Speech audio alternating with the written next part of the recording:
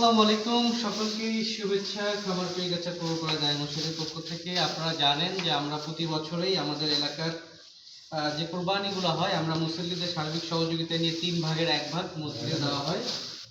তো আমাদের এখন হচ্ছে মসজিদে আমাদের মাংসগুলো এসে গেছে। আমরা এই মাংসগুলো এখন হচ্ছে প্রত্যেকে পাইলো হচ্ছে 155 জন আর কি, 1 কেজি 100 গ্রাম করে প্রত্যেকেই পাচ্ছে।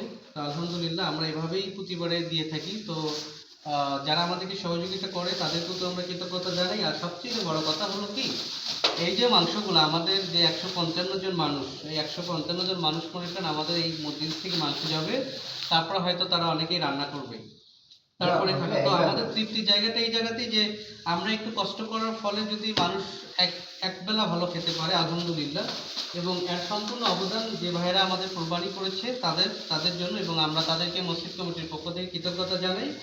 এবং তারা আমাদেরকে 3 ভাগের 1 ভাগ মসজিদে দিচ্ছে বিধে আমরা আমাদের এলাকার যে বাদ বাকি যারা কোরবানি করতে পারেনি আমরা তাদেরকে পৌঁছে দিচ্ছি আলহামদুলিল্লাহ। এই কাজের জন্য আমাদেরকে সহযোগিতা করতেছে। ভিডিওতে আছে আমাদের শাহাদাত ভাই, এদিকে আছে মিটু ভাই, আমাদের নজরুল দাদা, তারপরে আমাদের গোফার মিস্ত্রি দাদা, ওইদিকে আছে খাজা দাদা, আর হচ্ছে ইন্তাজ দাদা। এরা প্রতি বছরই আমাদেরকে সহযোগিতা করে। এবং আমরা আমাদের এই মাংসটা যখন আমাদের মাপা পরিপূর্ণ হয়ে যায় তখন আমাদের যে টিম আছে আমরা সবাই এই যে বস্তা করে ভ্যানে করে নিয়ে গিয়ে আমরা কিন্তু এই মাংসটা আমাদের যে মুসল্লি আছে যারা কোরবানি করতে পারেনি আমরা মসজিদ কমিটির পক্ষ থেকে আমরা তাদেরকে পৌঁছাই দেবো ইনশাল্লাহ।